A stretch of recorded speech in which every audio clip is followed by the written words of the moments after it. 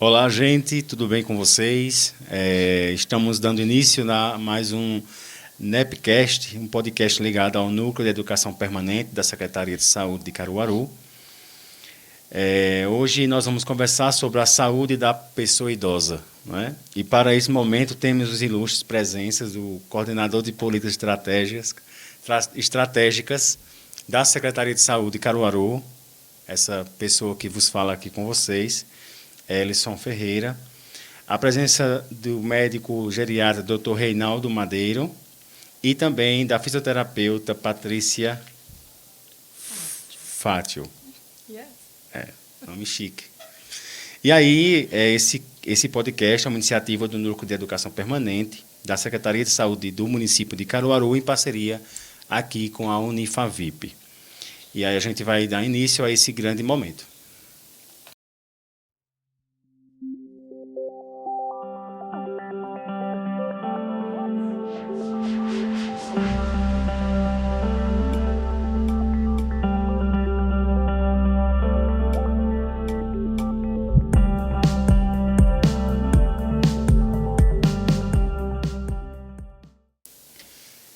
Inicialmente, quero dar as boas-vindas, né? Eu vou me apresentar, mas vou deixar primeiro que nossos convidados possam estar se apresentando. Posteriormente, eu faço a minha apresentação. E aí eu queria que, por favor, o doutor Reinaldo pudesse, né, falar um pouquinho, né, da sua experiência, falar da sua formação para esse momento.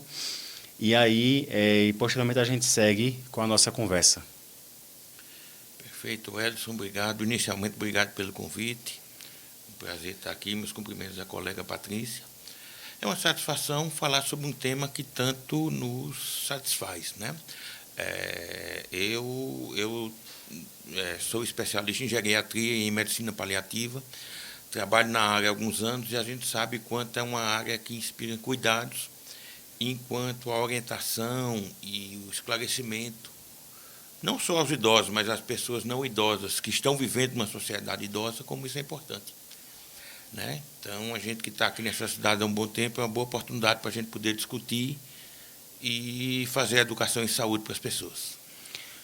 Excelente, né? E nós escutamos aí Dr. Reinaldo Madeiro, médico, né, geriatra com pós-graduação em saúde pública, em geriatria, gerontologia, especialização em medicina do esporte e da atividade física, em medicina de família e comunidade, mestre em educação para o ensino da área da saúde e atualmente é médico da Casa dos Pobres, São Francisco de Assis, e do AME Saúde do Idoso em Caruaru e professor do curso de medicina da UFPE, um gigantesco currículo. E agora nós vamos falar com nossa querida convidada também, Patrícia Fátio, fisioterapeuta, especialista em gerontologia social pela Universidade Federal de Alagoas, mestre em gerontologia pela UFPE e acadêmica na especialização Lato Sensu em fisiologia e treinamento aplicados ao exercício físico pela UFAL. Atualmente é fisioterapeuta residente em atenção básica, saúde da família pela ACES Unita, em Caruaru, Pernambuco. Eu até fiz a brincadeira com o Sueli, que eu disse, é a própria Fiocruz em pessoa. Fique à vontade, Patrícia, faça suas considerações.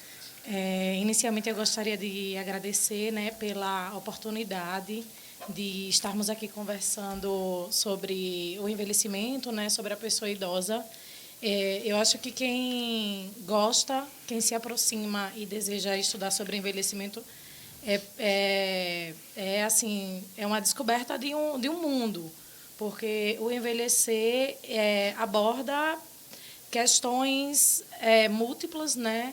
A família, os cuidadores, a assistência à saúde, né? O autocuidado. Então, é muito abrangente e é apaixonante, né? Eu sou suspeita. E eu acho que, diante do contexto de saúde que a gente está vivendo agora, né? A gente está passando por um período, teoricamente, pós-pandemia, e o idoso, a pessoa idosa, ganhou visibilidade diante dessa situação, devido principalmente a questões associadas à vacinação e à questão dos óbitos, infelizmente. E eu acho que o idoso tem que ser e deve ser valorizado, né, no nosso país. Ainda é muito motivo de não prioridades, né? A gente precisa, acho que, crescer a mobilidade urbana, várias questões estão associadas ao envelhecimento. Eu acho que a gente ainda precisa se transformar e evoluir muito.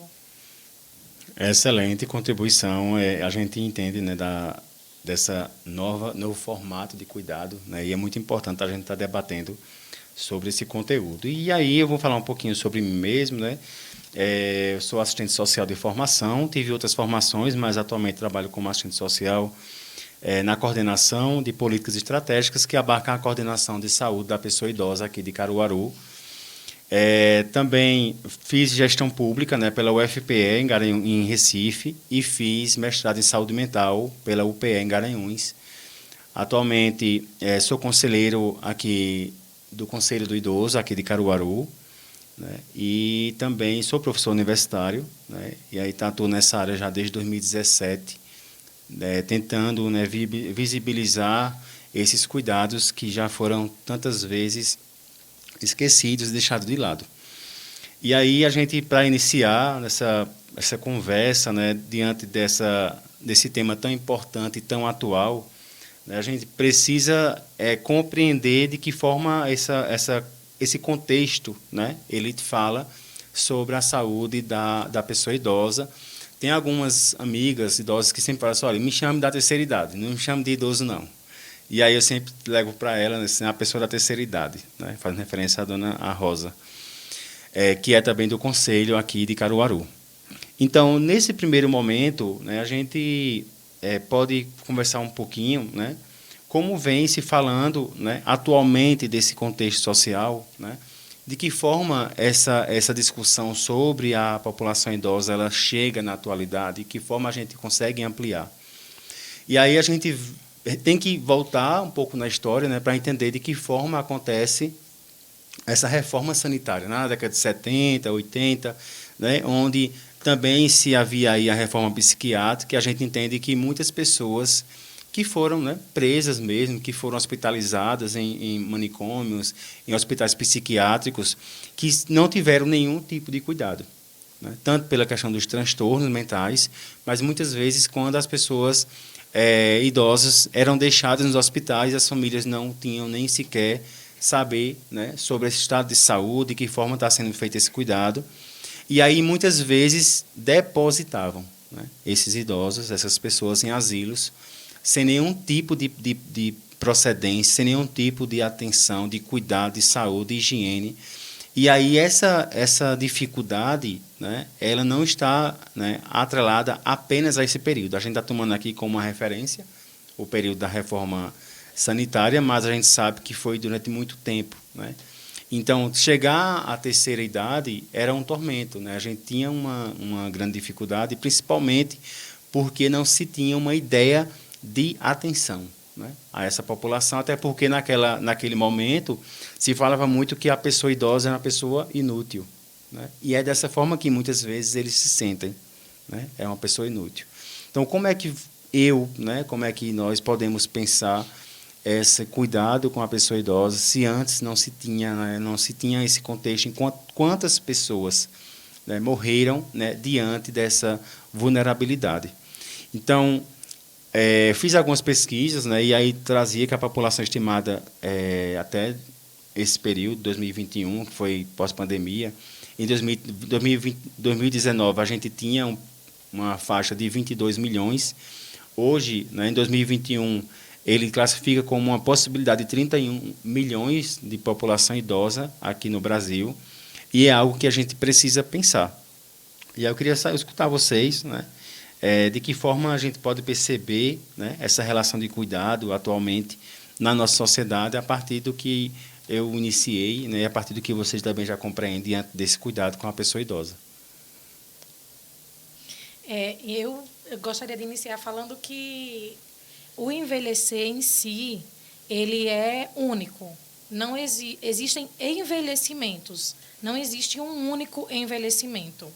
Então, o que hoje eu estou vivendo, a forma como eu estou me cuidando ou não, a questão do controle da alimentação, do estresse, da qualidade do sono, polifarmácia, de que forma eu estou levando a minha vida hoje, do que eu me aproximo e do que eu me afasto. Isso vai influenciar no meu processo de envelhecimento. E todos nós estamos envelhecendo. A gente não se imagina, muitas vezes a gente não se imagina dentro desse processo, mas nós estamos dentro desse processo, né? Então, o que nós estamos construindo hoje, né, de forma política, de forma social, de forma do seu bem-estar em si, isso vai pesar lá na frente, né, quando verdadeiramente atingir os 60 anos, considerado como idoso.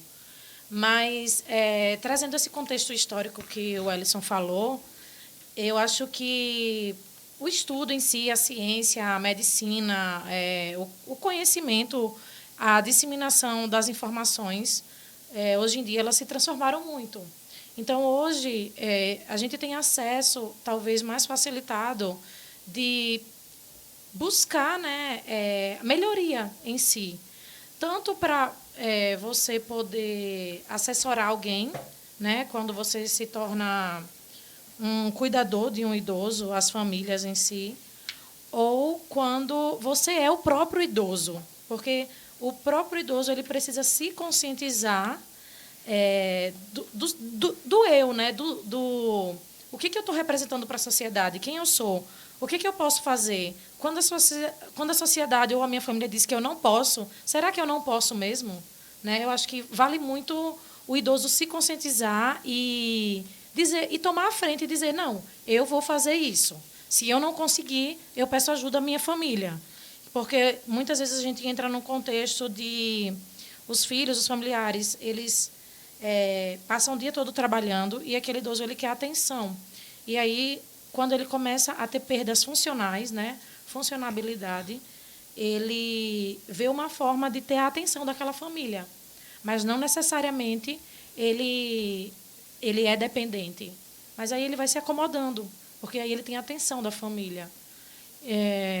E eu acho que isso precisa ser transformado. Eu acho que as pessoas precisam se conscientizar mais sobre esse processo de envelhecimento e talvez, de alguma forma, pudesse mudar isso, né? E isso tem um impacto financeiro, isso tem um impacto social, as políticas públicas, o acesso à cidade, a utilizar os parques, as praças, o que a gente tem aqui na cidade, né? Eu acho que poderia ser mais incentivado. Sem dúvida. A gente tem que entender que o envelhecimento da população é uma conquista, né? Uma conquista da humanidade. O ser humano hoje vive muito mais do que vivia antes. Mas não basta viver mais, ele precisa viver mais e viver melhor, né? Então, a gente tem que colocar a qualidade de vida. E essa qualidade de vida, para além de uma série de fatores individuais, né, de medidas preventivas, de cuidar bem da saúde, essa melhora da qualidade de vida passa também pela forma como a sociedade aceita e incorpora esse idoso. O idoso não pode ser um fardo, o idoso não pode ser um trabalho a mais, o idoso tem que estar inserido.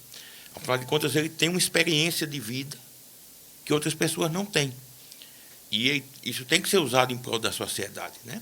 Eu sei que é difícil imaginar isso num cenário em que se valoriza a beleza, a questão física, né? A produtividade acima de qualquer coisa, a rapidez.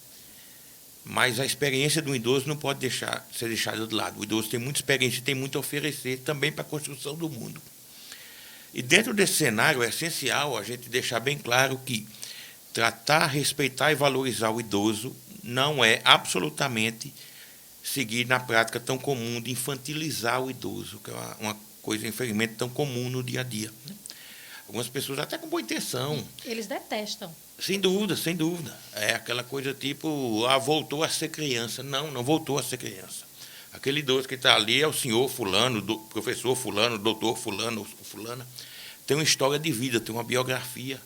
E ele não deixou de ser aquele doutor, aquele senhor, aquela senhora, porque ele atingiu determinada idade. Então, a gente precisa valorizar isso, precisa incorporar na sociedade esse tipo de valor. Mudanças culturais são sempre difíceis, são sempre trabalhosas, são sempre duras de se conseguir, mas a gente precisa, até porque a forma como a gente vai tratar o idoso hoje vai influenciar na sociedade que os não idosos hoje vão enfrentar quando forem idosos. Então, é muito bom que todo mundo reflita que essas coisas estão diretamente relacionadas uma à outra.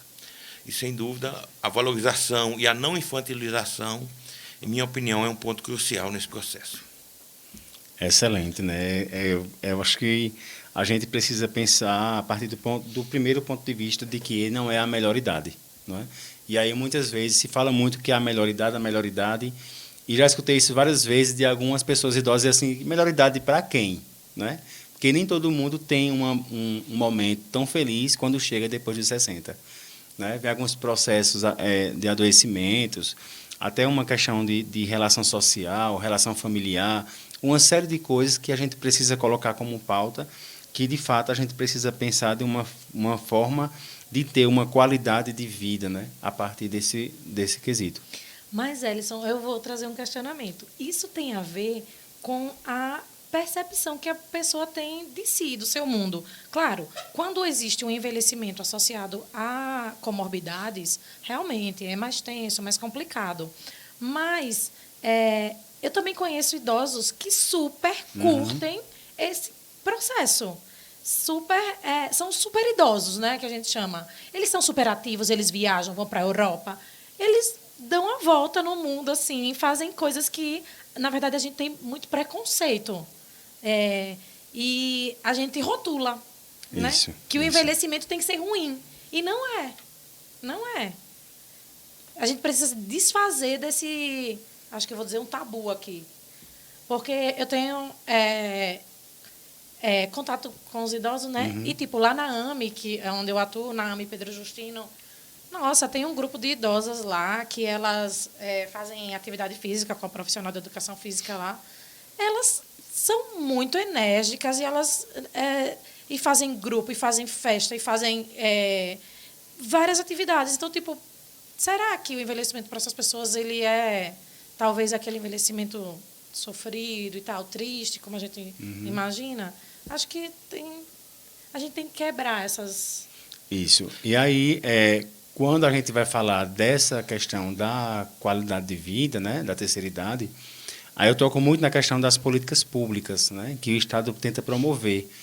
E aí a gente sabe que, na maioria das vezes, os grupos que são realizados, né, tanto os atendimentos como formas de atenção voltada a esse público, é muito que parte dos profissionais, né, que viabilizam esse espaço, que é super importante. Eu conheço esse grupo, né, que você fala, tive a oportunidade de presenciar alguns dos maravilhosos momentos, e conheço outros grupos. Tem um grupo mesmo que é feito em um espaço da SDSDH, da Secretaria de Desenvolvimento Social, que tem mais de 75 idosos, né? E aí é um grupo lindo, né, que o tema do projeto idoso não se aposenta, cidadania não se aposenta. E aí é bem interessante porque ele traz de fato essa questão, como você bem colocou, né, de que nem todo idoso, né, mas quando a gente vai partir para uma reflexão das políticas públicas, né, geral voltada para a população no geral, a gente identifica que ainda falta muita coisa para a gente conseguir, doutor Reinaldo. É muito importante entender que essas políticas elas vão se basear na disponibilidade de profissionais capacitados, interessados também em trabalhar com esse público-alvo, né? Então, a gente estava falando aqui de atividade física e, sem sombra de dúvidas, a atividade física é extremamente impactante na qualidade de vida, né? Eu sou um entusiasta da atividade física, eu acho extremamente importante. Eu recomendo muito o meu dia a dia, mas eu sei que há dificuldades impostas socialmente. Então, o que é uma academia de ginástica hoje? É uma série de adolescentes e adultos jovens fazendo um culto à beleza, em que tem que se postar no stories do Instagram, a barriga chapada, o braço, a perna malhada, etc, etc. E nesse cenário que a gente vive, é muito difícil que um idoso se sinta confortável de ir para esse ambiente. Primeiro que ele não vai saber postar no stories do Instagram, talvez isso já frustre ele um pouquinho. E, além disso, ele não vai conseguir ter o corpo que aquele adolescente, aquele adulto jovem quer. Então, isso quer dizer que ele não deve praticar exercício de forma nenhuma, ele é que deve mesmo. Mas ele deve pensando em saúde, pensando em bem-estar, pensando em ir lidando com profissionais que saibam orientar ele adequadamente, com as limitações e com as características típicas de um idoso. É engraçado que o doutor falou agora sobre as academias, né? Dificilmente eu não consigo associar aqui na minha mente uma imagem de divulgação de academia com a imagem de um idoso, com os cabelos grisalhos. Uhum, verdade. Como se eles não usassem aquele ambiente, né? É interessante. Sim, sim. É porque aquele ambiente é cultuado como uma coisa de um elogio ao corpo físico, uma coisa que extrapola muito. O idoso ele vai fazer atividade provavelmente com outro benefício, né? Então, o idoso Ou faz porque já tem as comorbidades associadas, sim, sim. E aí ele precisa fazer. Muitas vezes o benefício é a capacidade de subir a escada para ir para o quarto sozinho. Né? Que a gente faz todo dia, né? Quando está em casa, seu quarto lá em cima, você sobe alguns lances de escada. Parece tão banal. É banal para quem faz. Para quem não faz, é extremamente complicado. E se você consegue fazer a partir de um treinamento, isso vai ter um impacto brutal. Então, tem que entender que idoso é um grupo extremamente heterogêneo, em que as pessoas envelhecem de formas extremamente diferentes. Setembro. Mas a gente tem que abarcar todos, e para alguns o benefício menor possível vai impactar muito no bem-estar dele. Com certeza. A gente Exatamente. vê muito isso na fisioterapia. Mas aí a gente veio também trazer uma discussão interessante, porque a gente tem agora, dia 27, o Dia Nacional da Pessoa Idosa. Né? Nós temos dia 1º de outubro, o Dia Internacional da Pessoa Idosa. E aí, nessa conjuntura toda do que a gente está discutindo, do que a gente vem, né, trazendo como um embasamento teórico a partir do que a gente já visualiza e trabalha, né, com essas pessoas, a pergunta que segue é quais os avanços, né, acerca dos cuidados com a pessoa idosa. O que é que a gente tem de novo, né, o que é que vem chegando. E aí, a partir da prática, né, que eu venho tendo diante da atenção básica, né, a gente percebe que se inicia um processo de uma atenção especializada. Né? Se inicia-se um processo de ampliação desse cuidado. Hoje você encontra, por exemplo, pilates na unidade básica. Né? Você encontra auriculoterapia, você encontra ventosoterapia, musicoterapia, uma série de benefícios que as práticas complementares e tantas outras atividades, exercício físico, caminhada, corrida. Esses dias eu vinha conversando com uma amiga nossa, Karine, e ela faz várias atividades, né? E eu vejo o quanto as mulheres e homens, né, se degustam desses momentos, né? Desse momento na unidade básica, nesse momento lá na AME do idoso, quando se tem uma palestra, quando se tem orientações. E aí todo esse processo ela vai implicando nessa atenção especializada. Né? Então, hoje nós temos, a partir do que o próprio Carl Rogers fala sobre a atenção, né, centrada na pessoa, no sujeito, perspectivas de que esse avanço ele continue sendo gerado a partir de uma vivência que essas pessoas se encontram. Então, se tem uma visão muito de que o idoso tem que ficar em casa, de que o idoso tem que cuidar dos netos, de que o idoso tem que cuidar da casa, do almoço, para quando os filhos, né, chegassem dos seus trabalhos e poder aí estar fornecendo esse alimento. E isso aí vem gerando uma mudança, né? E essa transformação social ela está em benefício para a população idosa. Né? E aí é nesse contexto que a gente vem pensando, né, desses avanços que vêm ocorrendo. E aí, Patrícia, o que é que tu percebe, né, desses avanços dentro da fisioterapia? Como é que você consegue identificar isso no seu processo de trabalho? Então, eu acho que o acesso à informação, né, a internet, o próprio idoso, né, usar o seu celular, pesquisar ali na internet. Hoje em dia, se ele tem uma dúvida, antes de tudo, ele vai ali no Google e faz aquela pesquisa. Né? Eu acho que a indústria farmacêutica também se transformou muito, possibilitando tratamentos diferenciados, né, o acesso ao cuidado em si, tratamentos de feridas. Eu vejo também bem evoluído isso. Talvez nem todos tenham financeiramente esse acesso, né, porque também é caro, né, fazer um tratamento de saúde numa pessoa com complicações não é barato. No mundo da fisioterapia, não é ainda a nossa realidade, mas eu vou falar sobre a nossa realidade. A tecnologia ela vem muito associada com a prevenção de quedas. né, na pessoa idosa. Então, eu estava lendo uma revista que eu tenho acesso através da Sociedade Brasileira de Geriatria e Gerontologia, que hoje em dia o idoso tem uma possibilidade de colocar sensores de movimento no quarto, e aí quando o idoso se levanta da cama para ir até o banheiro, esses sensores eles auxiliam a ligar as luzes, porque prevenção de quedas, para o idoso não ter que se levantar e ligar a luz para chegar até o banheiro. Então, a tecnologia está vindo com tudo na área da fisioterapia em si, sabe? E, na nossa realidade, aqui no postinho, a gente cria estratégias para poder permitir que os idosos tenham recursos para reabilitação. Então, a gente faz bastões com madeira, a gente utiliza garrafas PETs, coloca pedras para fazer peso, a gente utiliza elásticos para fazer exercícios para alongamentos. Então, de alguma forma, a forma que a gente consegue ajudar a população em si, né, as pessoas que utilizam ali o SUS, está sendo dessa forma, né? Mas eu acredito que as coisas evoluíram muito. Eu acho que, hoje em dia, quem quer, quem busca, consegue. A gente tem lá o grupo, né, de atividade física, que é aberto a todos, porta de entrada. Só você chegar e falar, olha, eu quero participar do grupo, eu quero ser ativo, eu quero me movimentar, eu quero perder peso, eu quero diminuir as minhas dores articulares, né, as doenças reumáticas. Eu acho que isso é possível, né? Eu acho assim, o idoso, ele tem a palavra da vez, o empoderamento, né?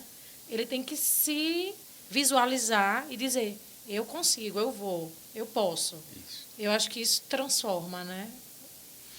É o direito a fazer escolhas, né? Que parece tão comum, tão natural, mas muitas vezes é tirado. Principalmente se esse idoso tiver alguma doença. Aí é que é quase que natural se tirar o direito. E hoje está provado que mesmo o idoso que tem uma demência, o idoso que tem um declínio cognitivo, ele pode ser apoiado, mas ele não deve perder o direito de ter escolhas. Escolhas, né? Onde é que eu quero viver? Né? Eu quero viver em Caruaru, eu quero viver em Recife, eu quero viver em uma casa ou em um apartamento, eu quero viver com filho A ou com filho B, ou quero eventualmente ir para uma instituição de longa permanência. Dificilmente se escuta o idoso para que ele opine sobre isso. É verdade. E aí se tiram dos direitos mais básicos. Ser humano, basta qualquer um da gente se imaginar amanhã sem ter direito de escolher o que vai comer, para onde vai, o que vai vestir, como a vida vai ser terrível, né? Então, se tira isso do idoso. E uma coisa importante é que o uso de medicações e a percepção de que tem 1, 2, 3 ou mais diagnósticos não pode ser impeditivo para que a gente possa ter essa vida ativa, saudável, né? O importante é a forma como você vai lidar com isso. Isso não quer dizer que medicações não sejam importantes, pelo contrário, medicação é extremamente importante. Inclusive, uma das coisas boas que eu acho que a gente enxerga na medicina, dentro desse cenário de envelhecimento da população, é a percepção que os médicos têm maior de efeitos colaterais que medicações podem causar. Então, uma coisa que é uma dificuldade grande na vida da gente é lidar, por exemplo, com os famosos remédios de dormir, né? Então, já que Patrícia falou de quedas, e sem dúvida queda, para quem lida com isso, é extremamente importante. O uso de remédio de dormir favorece queda, o idoso fica mais indisposto no outro dia, é um prato cheio para ele ficar na cama, e mesmo assim a gente sofre uma pressão muito grande de pacientes, e principalmente de familiares, argumentando que o idoso não está dormindo a noite toda e que, portanto, quer um remédio para ajudar a dormir. E eu já vi muito idoso que começou a ter prejuízo, porque aí você começa a ter uma cascata, né? Então, fica na cama, você tem atrofia muscular, você não tem mais força para andar, leva uma queda, fica com medo. Então, isso é um círculo vicioso que você precisa interromper. Então, que as pessoas tenham muita atenção com esses remédios de dormir, porque o que é para uma coisa boa, muitas vezes, reflete num prejuízo muito grande. E, só repetindo, remédio e doença não pode ser motivo para você ter ativo. Você vai ter que saber lidar com elas e vai ter que conseguir ter a melhor qualidade de vida possível. Para isso, a gente tem profissionais, a gente tem certamente uma rede, né, que extrapola simplesmente a medicina, e acho que a medicina na área do envelhecimento ela já conseguiu superar aquele centralismo tradicional. Os profissionais médicos voltados para o envelhecimento, eles sabem da importância de um físio, de um fono, de um assistente social, de um enfermeiro, de um nutricionista, de um psicólogo. E esse trabalho em equipe é a fortaleza dessa assistência, sem dúvida. Excelente. Patrícia? Só para acrescentar, junto com a sua fala, muitas vezes a rotina do idoso está invertida. Então, ele dorme o dia todo, porque não tem ninguém em casa, o pessoal sai para trabalhar e ele fica só com o cuidador. E aí, às vezes, não que eu esteja criticando os cuidadores, pelo amor de Deus, eu amo os cuidadores. Mas aí o idoso, às vezes, ele fica muito parado durante o dia. E aí, quando é à noite, ele está alerta e não dorme. Então, às vezes, a rotina, né, os horários estão invertidos, não só pela medicação. Sim, sim. Não, e é aquela coisa, não tem o que fazer durante o dia. Né? Então, assim, tenta tornar esse idoso ativo antes de pensar na medicação. Com certeza, com certeza. E as famílias têm que ter esse entendimento. Sim. Uma coisa importante também é que o idoso, em geral, ele dorme apenas 6 horas, né? Enquanto que o adulto jovem, o adulto não idoso, dorme em média 8 horas, o idoso, em média, dorme 6 horas. É uma média, tem mais ou menos. Então, imagina se esse idoso for pegar no sono às 7h30 da noite. Ele acordar às 2 da manhã, ele já passou às 6 horas. Dormiu. Imagina que ele ainda deu um cochilo de 1 hora depois do almoço, 1 hora depois do café da manhã. Não é para ter sono mesmo. Né? Difícil é convencer a família de que o idoso que está querendo acordar às 2h30 da manhã não está com insônia. Mas, é como você falou, tem que ajustar essa rotina, tem que ir para a cama mais tarde, tem que se distrair, tem que se ocupar, para que a gente não artificialize esse tempo de sono dele às custas de medicação, com essa série de complicações possíveis. Excelente. E aí a gente queria só trazer aqui como referência, nós temos também a Liga, que fala, né, que trata sobre o envelhecimento, na SES, na UFPE também acontece. E aí são ferramentas, né, equipamentos que estão disponíveis para que a gente possa também estar se inserindo na pesquisa, no campo, para poder também ajudar essa população que tanto necessita. Mas queria dizer que estamos chegando ao fim do nosso momento, né, do nosso podcast, com esse assunto maravilhoso, com essa conversa bacana, né, que pudemos realizar nessa tarde, mas que a gente pode, né, logicamente, também, posteriormente, conversar mais um pouco sobre isso em outros momentos. Né, estaremos sempre pensando, né, num diálogo mais aberto para que a gente possa levar a pauta a pessoa idosa e assim a gente conseguir avançar em muitas e outras situações, em outros projetos. Né, e aí eu vou passar a fala para vocês, para as considerações finais. Patrícia. Eu gostaria de agradecer, né, pela oportunidade, dizer que eu estou muito feliz de estar compartilhando essa conversa, né, sobre questões que abordam o envelhecimento e que nós estamos disponíveis, eu estou disponível para o que for preciso. É um prazer viver aqui em Caruaru. Acho que Caruaru é uma cidade que, para quem quer, tem uma boa qualidade de vida. Então, a gente tem a Via Parque, né? Isso. Você tem projetos sociais. Aqui no São João teve um dia que teve um espaço só para as pessoas idosas. Tivemos o arraiá da pessoa idosa, com mais de 2.100 pessoas idosas. Foi incrível. Sabe que eu tenho um grupo de Recife que eu conheço, Sabedoria de Vida. Eles vieram. Isso, tivemos vários Foi vários incrível. lugares. Então, assim, você que é idoso e que quer participar, Caruaru tem essas possibilidades, né, de você se inserir, de você se movimentar, de você se cuidar. Então, acho que é só fazer esse movimento em busca que aí vai dar tudo certo. Né? Envelhecer com sabedoria, né, com qualidade de vida, com bem-estar e que as pessoas incentivem os idosos, né? Não imagine um idoso parado. Acho que precisa de incentivo também. Ótimo, obrigado, Patrícia. Agora eu vou deixar a fala com o doutor Reinaldo. Também quero agradecer o convite, Elson, a participação de vocês dois certamente foi muito enriquecedor para mim também, não só para quem nos ouve, né? Queria fazer minhas as palavras de Patrícia, um incentivo para que as pessoas busquem uma qualidade de vida melhor, busquem ser ativos física e mentalmente, e deixar claro aqui que a gente não está falando num cenário hipotetizado de pessoas de condição financeira alta, não. A gente tem pessoas de condição socioeconômica mais humilde que sim, conseguem pôr em prática, né? A gente já está falando aqui, a Secretaria de Saúde disponibiliza alternativas públicas, de áreas de lazer, de atividades lúdicas. Então, o fato de ter uma condição socioeconômica mais humilde não é impedimento para que você possa ter essa vida mais ativa, essa qualidade de vida melhor. Certo? Então, a gente está sempre à disposição. Obrigado pelo convite e abraço a todos. É isso aí. Quero agradecer também a presença de vocês, agradecer pela oportunidade de falar, né, foi tão rápido a conversa que ela foi tão legal que passou rápido o horário, mas que toda oportunidade ela é bem-vinda, né? Falar sobre a pessoa idosa, falar sobre os cuidados, falar sobre a saúde, como a gente vem discutindo. Só para fazer uma fala que eu não trouxe inicialmente, lá no Centro Integrado de Direitos Humanos acontece cursos periodicamente sobre mídias sociais para pessoas idosas, como mexer no smartphone, como fazer a selfie, é bem legal, bem interessante. E aí, então, gente, é isso. Nós estamos finalizando, né, o nosso podcast de hoje, que promete trazer nessa primeira temporada diversos temas pertinentes sobre a saúde da pessoa idosa.